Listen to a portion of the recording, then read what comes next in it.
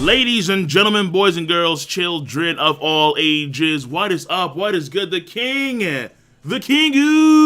of Lighting here today, bringing you guys and gals a One Piece topic, which I think is very enticing.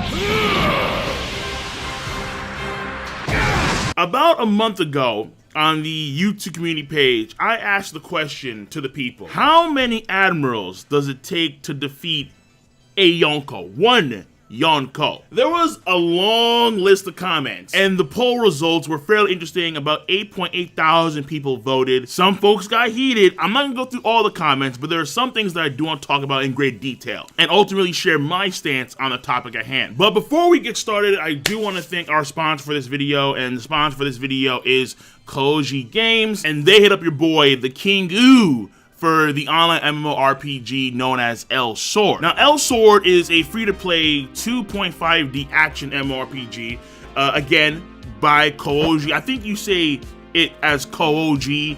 It could be Koji, maybe Kyoji. Oh! Kyoji! Koji Games. The game has both PvP and PvE elements, and the PvE elements I do enjoy, like, I'll be honest with you. Like, PC gaming has not been my strong suit, but the game is helping me actually go through the rigors of WASD, and I really do mean the rigors of WASD for someone that has played with a controller for their entire lives. I'm trying to get more PC gaming, and this game has helped me do so.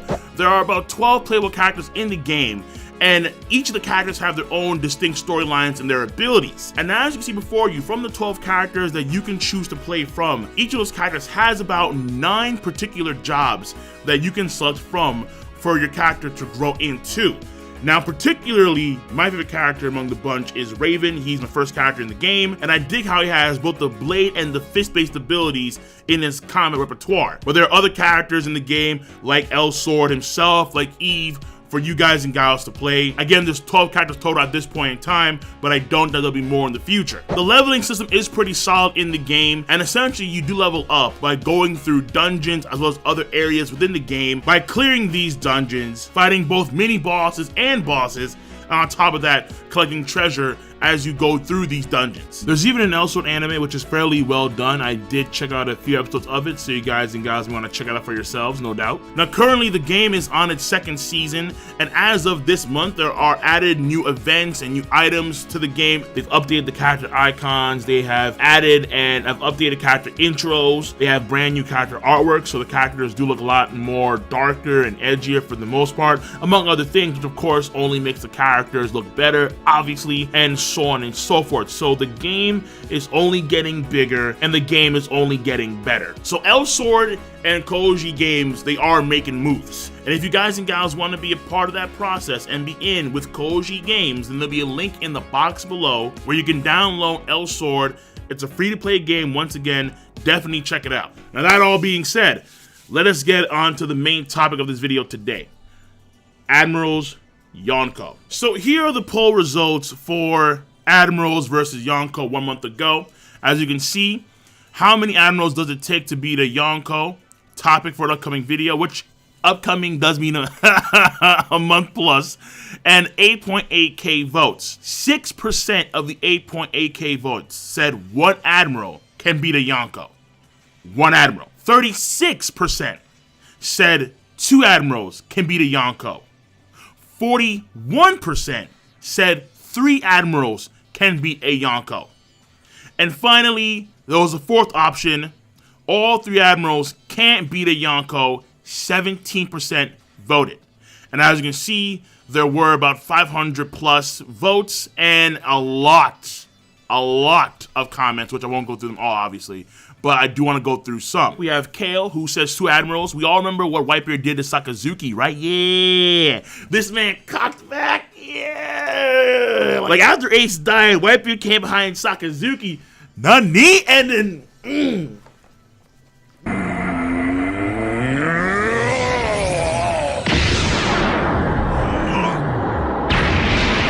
Get out out of here, bro. It was insane.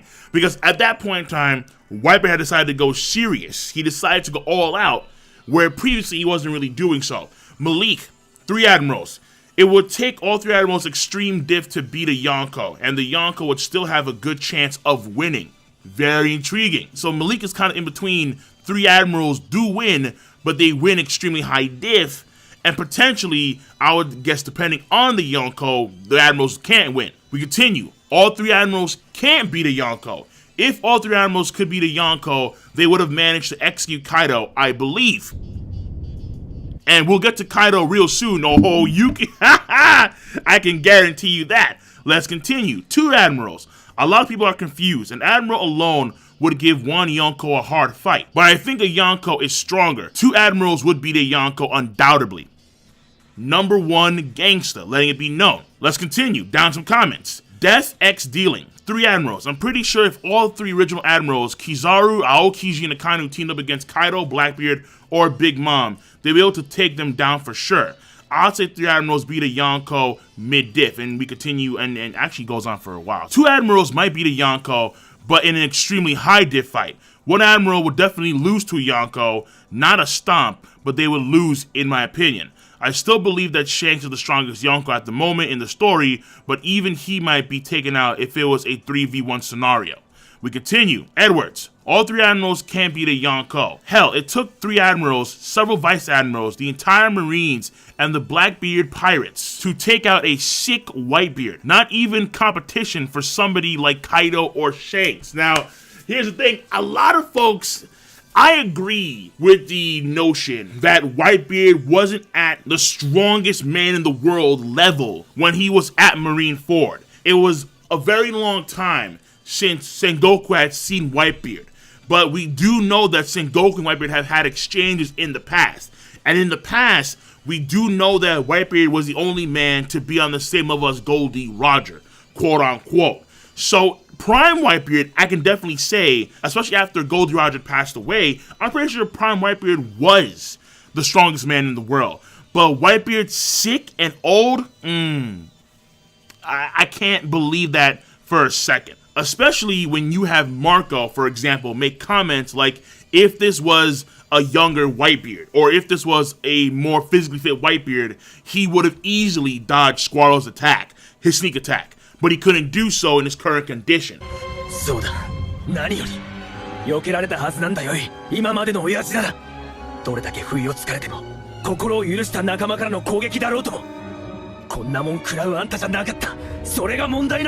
Even though he didn't go all out against the Marines until the very end of the engagement, based on his condition, on age, and on health, he was not the strongest man in the world at that time. And I do agree with that. Now, not even competition for somebody like Kaido or Shanks, that's a bold statement. Now we continue. Emperor of Soma, One-Eye Pirates, with a 1 in there. All 3 admirals can't beat a Yonkou. Akainu, with major help from the others, couldn't even win against one Yonkou that was at his weakest. I do see where this comes from. But I do want to get to some... Okay, here we go. So I did want to get at these guys too. We saw the people that said 2. We saw the cats that said 3. And we saw the cats that said now all 3 can beat a Yonkou. But now we have the 1. So here we go. Y-Wall. 1 admiral. You guys are goofy. Apparently. Oda himself said if Akainu was a pirate, he would find the one he would find the One Piece in 1 year. Now, Ichiro Oda did say this, I think not in an SBS, but it was in an interview. I'm gonna find it for you guys real quick. Alright, so here's a forum post talking about this that I found. But basically, according to an interview, and this was back 4 years ago, May 15, 2014. According to an interview between Oda and Yasutaka Nakata, if Akainu becomes the protagonist, he is so strong that he can put an end to One Piece within a year. Akainu, maybe the Admirals, seem like one of the strongest characters in One Piece. And then people talk about that. It's so funny how the Admirals are underestimated and so on and so forth. So here's the thing. With the context of that interview, or the SBS, whichever it is, from my understanding, it's Akainu from this current point in time, or that current point in time in the story. So if Akainu had become the main character, as powerful as he was then if it is Akainu post time skip, which I believe Oda's talking about, it's that Akainu who I would say is actually over Admiral level because he's Fleet Admiral. Because I would say Aokiji and Akainu are over Admiral level, whereas Kizaru, Fujitora, and Green Bull, they are Admirals, so they're Admiral level. It's kind of that whole rank play where based on Akainu's rank and knowing that Aokiji can fight on par with Akainu at as far as we understand the story, a Devil Fruit disadvantage, then both of those two would be over the Admiral rank. They're in between the gap of Yonkou and Admiral, I would argue. But if it's that Akainu, then no surprise, of course. And in fact, when we continue with the comments, another person, Jamil, Oda said Akainu would find the One Piece in 1 year. Oda has said Akainu would find the One Piece in 1 year. Not Akainu would find it in 1 year if there are no Yonkou. Sorry, but y'all are really sleeping on the Admirals simply because there were 3 at Marineford versus 1 Whitebeard. It is not exactly like they jumped him. I think Akainu could extremely high diff Blackbeard, perhaps Big Mom, and I think 2v1 is a guarantee. 2v1 is a guarantee, but a 1v1 with the Yonkou Admiral's extreme diff, or extreme high diff. Yeah, extreme high diff, baby. All right, so that being said, we have a general sense of the comments. Let's bring it back to me. Hey there. Now, let's bring this down, I think, to ground zero. Ground zero is one-on-one. We have 4 Yonkou in the... Okay, no, I can't say 4. There's 5 Yonkou in the total history of the One Piece world. There is Blackbeard, Big Mom, Shanks, Kaido, and Whitebeard. We saw what an old shit Whitebeard could do in Marineford against not just the Admirals, but also Vice Admirals and a slew of soldiers. Given his condition, it was fairly obvious that during that engagement, Whitebeard's condition was a prominent factor. And it was stated time and time again by pretty much everybody that was there. Even Crocodile was kind of pissed off at Whitebeard's current condition. Whitebeard, I think, does boast the highest DC in the entire One Piece verse, meaning what he can destroy. He also boasts immense physical strength, and he also has insane endurance. The amount of damage that Whitebeard took during the Marineford War was phenomenal. The man has a stat sheet of damage he took, not including the Akainu attacks, where he had a hole in his body as a result, as well as half his face blown off in the manga, and in the anime, it's a secondary hole in his body. So Whitebeard is impressive for even fighting through all of that, and just blasting Akainu, Sakazuki, with a massive quake attack. It's phenomenal. But I can understand, given what happened in the Marineford War, why a lot of folks see Akainu actually beating Whitebeard in single combat. Aokiji and Kizaru, apparently folks are on the fence with those two. But Akainu folks can say, yeah, Akainu this and Akainu that. Again, like we saw previously, Akainu, according to Oda, if the series starts now and he's the protagonist or something of the sort, then he could find the One Piece in a year. And that, I believe, also needs more explanation as well. Because the context of that statement is very obscure. Whether it's him being the protagonist from his current position, or if he started off like Luffy. Like, if Akainu was Luffy in the barrel, episode 1...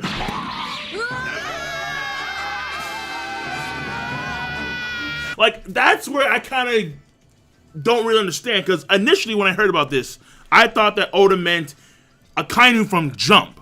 Like, he was in Luffy's position. He bust out of the barrel, and it's a year, which I thought was kind of crazy. But if it's Akainu from his current position, okay, yeah, fine. If he went rogue and wanted to find the One Piece while, he could do that. But here's the thing. Finding the One Piece does not mean that you are stronger than the Yonkou. Case in point, Goldie Roger and Big Mom had some type of exchange. He was able to read the poneglyphs and use information to get to Raftel. And Big Mom regrets that, which is why she has the poneglyphs now in lock and keep, because she doesn't want to repeat that mistake. You can find the One Piece, you can go to Raftel, all you need are the road poneglyphs, and potentially the Rio poneglyphs too, but that's a little bit shaky. But all you need is the Ro poneglyphs to find Raftel, and that's where the One Piece should be. But that doesn't mean that you have to necessarily beat the Yonkou in single combat. So I did a video in the past before on this topic. Would Luffy be the strongest by the time he goes to Raftel? And again, it depends what Oda wants to do. Oda doesn't have to have Luffy be the strongest person by the time the strats reach Raftel. It could be the case where, let's say, he does become Pirate King, or he finds the One Piece, and then later on, he has to engage in combat with Big Mom, Kaido, Blackbeard, and potentially Shanks if Blackbeard doesn't kill Shanks. The whole thing here is that Oda can write the story many ways, but it is not necessary to, let's say, defeat the Yonkou to become Pirate King. And then there is another X factor in play here that I think definitely cannot mean that one Admiral can beat a Yonkou in single combat. And the reason why is this. Kaido exists.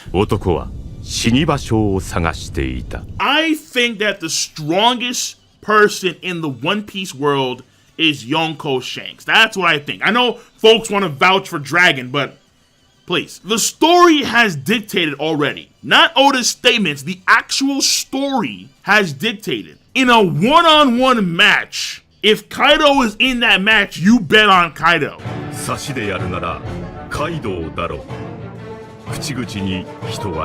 Land, sea, or air, Kaido is the strongest.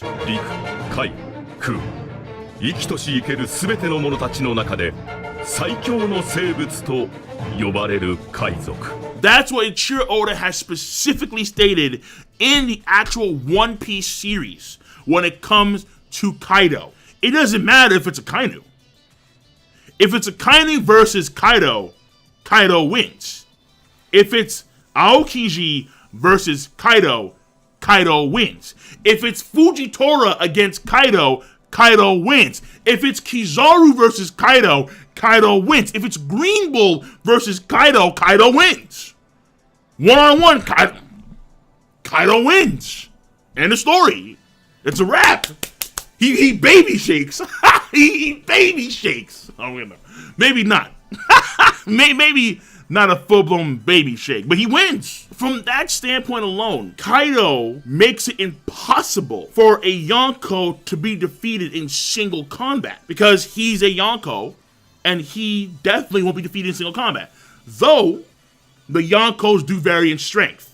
So since I put Shanks above Kaido, even though Kaido, based on story, would beat Shanks in a one-on-one fight, and this is what things differentiate between a one-on-one fight compared to overall combat ability. I think that Shanks' overall combat ability is superior than Kaido's, but matchups do matter. And in a one-on-one fight, Kaido probably wins. But Shanks and Kaido, in my mind, they do alternate for the top position in the verse.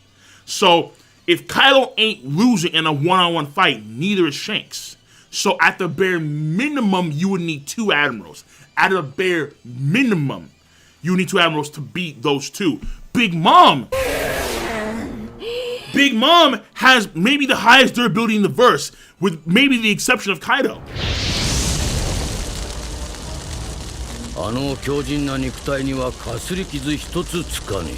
Big Mom has taken virtually no damage, even when she's in a weakened state. She forearms a Kong gun. Let me ask you this. Fujitora is a very powerful person, but his power mainly resides in his ability. Physically speaking, I'm not too sure if he's that powerful. Haki-wise, he's good. But as far as we could tell, okay, and this is things that's shaky, his haki wasn't potent enough to break through the bird cage of Don Quixote do Flamingo. Now, maybe he could if he really wanted to. Maybe he could.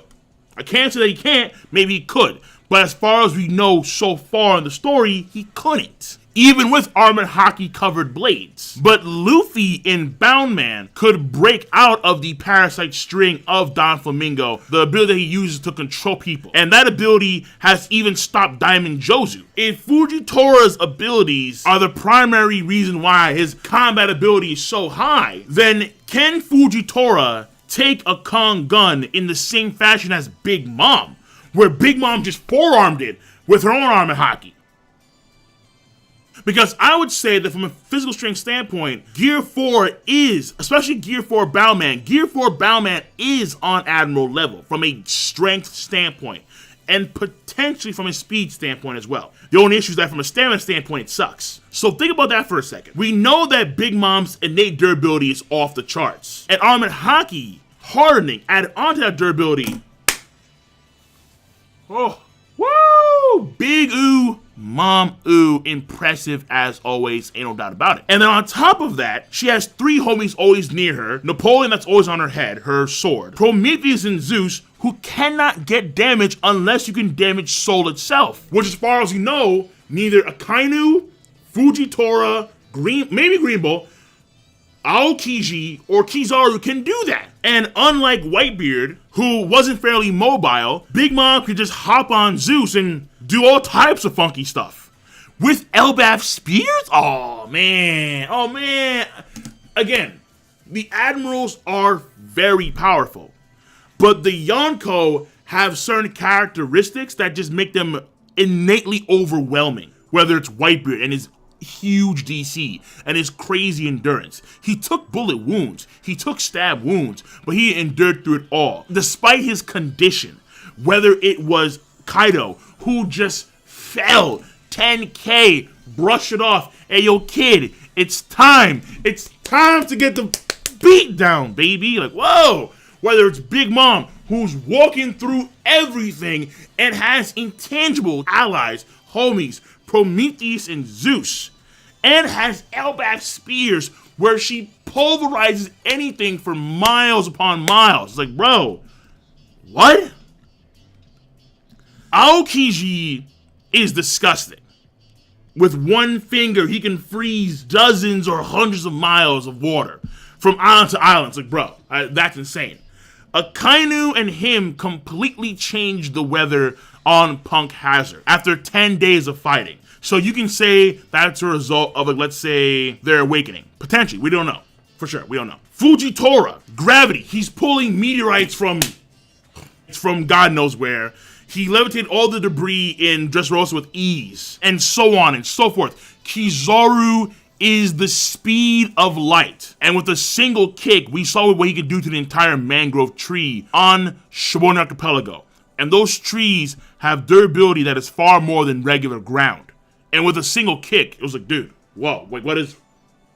Like, an entire city gets leveled with a single kick. It's like, that's insane. But even though the Admirals have fantastical abilities, the Yonkou, too, have very fantastical abilities. But also, they seem to have certain base stats in which they excel in. Whether it's durability, whether it's endurance, whether it's physical strength. Shanks and Whitebeard tied for physical strength when they clashed, and the heavens split, the sky split, just by the sheer shockwave, or not even. It was probably a Kankosaki clash, and that affected the very atmosphere itself. And not only that, but Shanks also stopped Kaido when Kaido was going to go to Marineford to do whatever against Whitebeard or something of the sort. We're not too sure of the details of that. The Yonkou, I would say, in a one-on-one fight, all of them beat an Admiral. 2v1, I can see them beating Whitebeard. But Whitebeard, I would say, at that point in time, was the weakest of the Yonkou.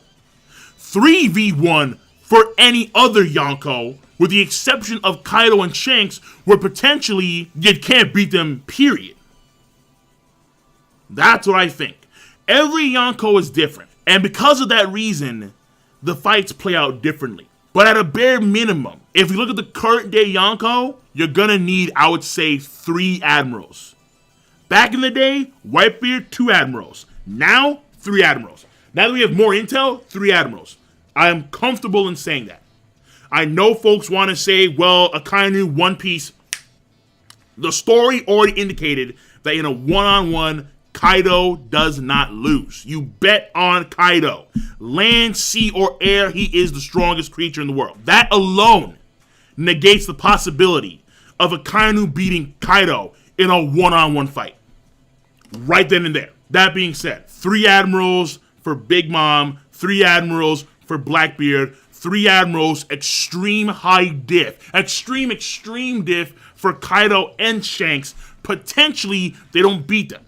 Potentially, Shanks and Kaido overcome the 3 admirals. And that means back in the day, Aokiji, Akainu, and Kizaru, and current day, Kizaru, Fujitora, and Greenbull. So that being said, guys and gals, I am officially done with this video. Let me know where you stand, because this topic is very controversial. You know where I stand. Let me know where you stand on this topic at hand, and I will do more of this stuff in the future when it comes to polls, when it comes to in-series versus and that kind of stuff. We have one video coming up on the way, which is going to be a fairly big video. Be sure to be on the lookout for this kind of stuff in the future. Polls on both Twitter and on the YouTube community page. Also, check out, once again, El Sword Season 2 by Koji Games. There'll be a link in the box below. Do please check it out, and I'm going to see you guys and gals later. Be sure to rate the video. It is not that hard to do, especially when I know that you all have a device called